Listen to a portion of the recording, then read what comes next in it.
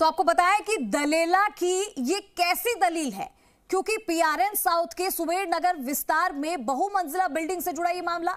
अब इसमें JDA town planning निदेशक विनय दलेला की ये कैसी दलील है कि कभी तो मातहत रहने वाले दलेला ने तेवर दिखाए, समय पर पहिया घूमते ही कुर्सी का असर दिखाया। जेडीए के एडिशनल कमिश्नर रहे गिरीश पाराशर के साथ ऐसा ही हुआ सलूक।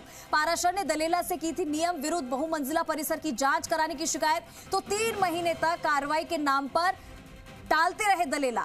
हुआ कुछ नहीं, काम कुछ नहीं किया। पूर्व एडिशनल कमिश्नर पाराशर ने न्यायालय की शरण ली। पूर्व जेडीए अधिकारी को आखिर में आपको बता दें कि न्यायालय में जाकर खुद गुहार लगानी पड़ी, लेकिन जब जी मीडिया ने दलेला से पूछा सवाल तो देने लगे अपनी दलील। मैंने तो पाराशर की शिकायत को भेज दिया था जोन में, 3 महीने में जोन से वापस ही नहीं आई शिकायत, तो वो क्या करे।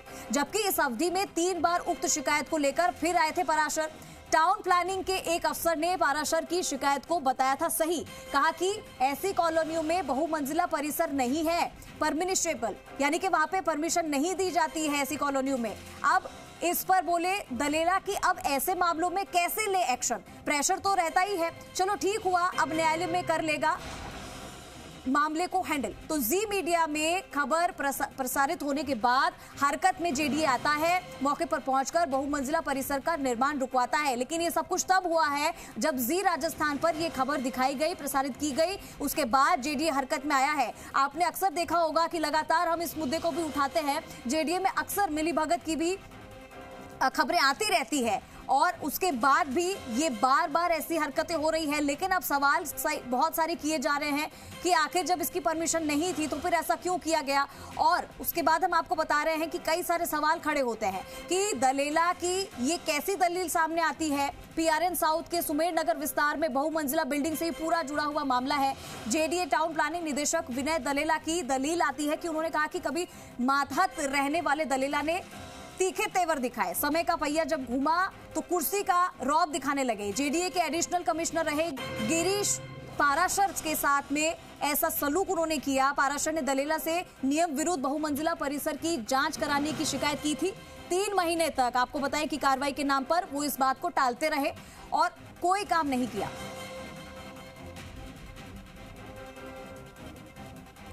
तो पूर्व एडिशनल कमिश्नर पाराशर ने न्यायालय की शरण ली और पूर्व जेडीए अधिकारी को आखिर में न्यायालय में जाकर गुहार लगानी पड़ी। लेकिन जब जी मीडिया ने, चलिए हमारे साथ हमारे सहयोगी राम सिंह राजावत जुड़ गए हैं ज्यादा जानकारी के लिए, सीधा रुख करेंगे। राम सिंह, बहुत सारे सवाल आ रहे हैं इस चीज को लेकर। पीआरएन साउथ के सुमेर नगर विस्तार में बहुमंजिला बिल्डिंग से जुड़ा ये मामला, लेकिन अब ये सवाल आ रहे हैं कि विनय दलेला अजीब सी दलीलें दे रहे हैं। जब उनसे काम के लिए कहा गया, जब उनके पास कोई समस्या लेकर जाई गई तो पहले तो उन्होंने कुर्सी का रौब दिखाया, फिर तेवर दिखाए, लेकिन काम नहीं किया। उसके बाद में जब किसी को न्यायालय का सहारा लेना पड़ा बात कहने के लिए, तब जाकर जेडीए कहीं उसकी नींद खुलती है। तो आखिर ये क्यों होता है बार बार? देखिए, ये जो जेडीए के टाउन प्लानिंग के निदेशक है विनय दलेला, उनका जो अपना जो कार्य को लेकर के विवादास्पद ये सामने आया है, प्रकरण सामने आया कि जब एडिशनल जो कमिश्नर रहे हैं मिस्टर पाराशर, और उस वक्त इनके मातहत अधिकारी थे विनय दलेला, और आज समय का खेल देखिए, वही विनय दलेला उनकी शिकायत पर कार्रवाई के बजाय टालते रहे और ये और कहते रहे कि मैं क्या करूं, जबकि होना ये चाहिए उनको परस्यू करके समझ इनके जो मातहत जो अधिकारी है उनसे रिपोर्ट लेके तत्काल एक्शन लेना चाहिए। जो भी एक्शन जो नियमानुसार लेना होता है वो बिल्कुल लेना चाहिए। उन्होंने एक्शन लेने के बजाय उस मामले को टाल दिया और लंबित रहा और कोई कार्रवाई नहीं की। तो आखिर में गिरीश पाराशर को न्यायालय की शरण लेनी पड़ी, न्यायालय के गुहार लगानी पड़ी। सवाल यह है कि इतनी बड़ी पद पे रहते हुए किसी बड़े अधिकारी ने ऐसा लापरवाहीपूर्ण रवैया अपनाया है, जो कि इसको लेकर के सोशल मीडिया पे सवाल भी हो रहे हैं कि आखिर दलीला ऐसी जो दलीलें दे रहे हैं वो लोगों की समझ से परे हैं। क्या ये पद के अनुरूप है? ये सब चीजें बिल्कुल नहीं है। उन्होंने कार्रवाई के बजाय टालते रहे और आप ये देखिए कह रहे हैं कि जब न्यायालय ही हैंडल कर लेगा। अरे भाई, न्यायालय हैंडल कर लेगा, आप अपने पद के अनुरूप कार्रवाई क्यों नहीं कर रहे हो? अपनी जिम्मेदारी का निर्वहन क्यों नहीं कर रहे हैं आप? इसमें इसको लेकर 3 महीने तक भी जब कार्रवाई इस पर नहीं होती है, जब वो टालते होते हैं राम सिंह, तो उन्होंने क्या इसके पीछे रीजन दिया, क्या कहा उन्होंने? उन्होंने ये कह के टाल दिया कि जोन कार्यालय में फाइल चली गई होगी, मेरे को ध्यान नहीं है। और जबकि वही बिल्डर की अगर फाइल होती तो ये फटाफट 2 दिन के अंदर फाइल क्लियर करवा लेते हैं, ये फटाफट सब चीजें आ जाती है, परस्यू कर लेते हैं। लेकिन आम जनता अधिकारी जो RS अधिकारी है, बड़े पद से रिटायर हुए, आज चूंकि वो पद पर नहीं है तो उनकी कोई पूछ नहीं है। तो ये समय का पहिया है। लोग यही मुझे सवाल कर रहे हैं कि समय का पहिया है। जब कभी वो बड़े पद पर थे, उनके मातहत काम करने वाले थे, तो आज वो देखो कैसा रूप अपना रहे हैं।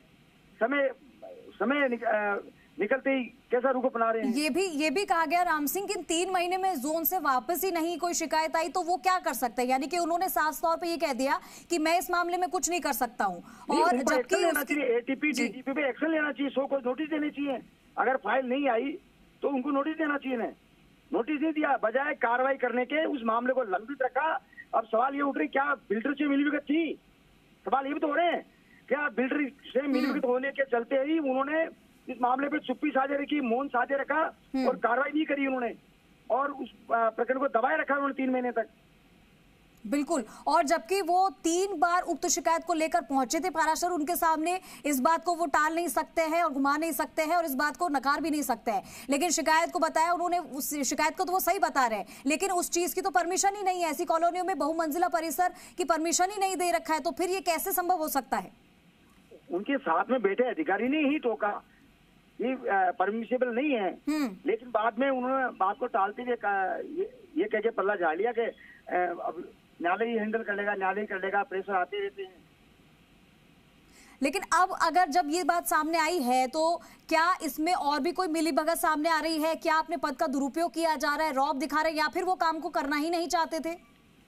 अब देखिए, प्रकरण जो कि JDC स्तर पर चला गया है, और जी CMO से भी उनके अधिकारियों का फोन है, उन्होंने JDC से अपनी बात रखने के लिए आग्रह किया है। गिरीश पाराशर चाहेंगे अपनी बात रखेंगे और दोषी अधिकारियों पर कार्रवाई होनी चाहिए, ये बात वो उठा रहे हैं। और वो इसका पूरा शिकायत JDC ने विस्तृत रूप से करेंगे इसकी, ये जो उन्होंने बताया जी मीडिया को। ठीक है, यानी कि मीडिया तो अपना काम कर रहा है। जी राजस्थान पे ये प्रसारित हुई खबर, जब ये प्रमुखता से दिखाई उसके बाद JDA हरकत में आया, इससे पहले क्यों एक्शन नहीं लेते हैं? यही चर्चा का विषय बना हुआ है कि आखिर ये रसूखदार जो बिल्डर हैं उनके पक्ष में ये ऐसे अधिकारी क्यों काम करते हैं, इसके पीछे क्या रहस्य हैं, इसको लेकर सवाल जवाब हो रहे हैं। ठीक है राम सिंह, बहुत शुक्रिया आपका इस तमाम जानकारी के लिए। तो देखिए, अभी कार्रवाई नहीं हुई है और यहाँ पर जैसा कि हमने बताया कि लगातार जलेला इस चीज को टालते रहे। क्या ये उनकी कुर्सी का रौब था? क्या पद बदलने के बाद उनमें घमंड आ गया कि उन्होंने इतने बार शिकायत करने के बाद भी उस पर कोई कार्रवाई नहीं की, उसके बारे में बात नहीं की, और जब न्यायालय का दरवाजा खटखटाया उसके बाद JDA अधिकारी जागे और एक्शन लेने की अब बात की जा रही है। लेकिन यहाँ पर जिस चीज की परमिशन नहीं है, लेकिन जी मीडिया में खबर प्रसारित होने के बाद JDA हरकत में आया, मौके पर पहुंचकर बहुमंजिला परिसर का काम निर्माण को रुकवाया गया है।